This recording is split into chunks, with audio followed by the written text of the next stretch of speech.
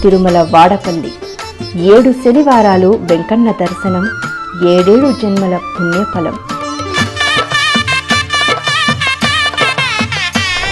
జనవరి 13 సోమవారం భోగి పండుగ రోజు ఉదయం 9 గంటలకు వాడపల్లి శ్రీ వెంకటేశ్వర స్వామి వారి సన్నిధిలో శ్రీ గోదా రంగనాథుల దివ్య కళ్యాణ మహోత్సవం.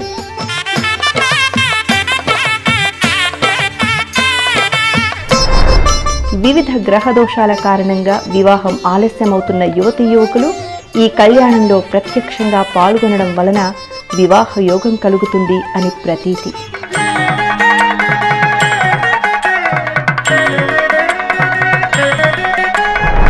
సంవత్సరానికి ఒకసారి మాత్రమే జరిపించే ఈ కళ్యాణ మహోత్సవం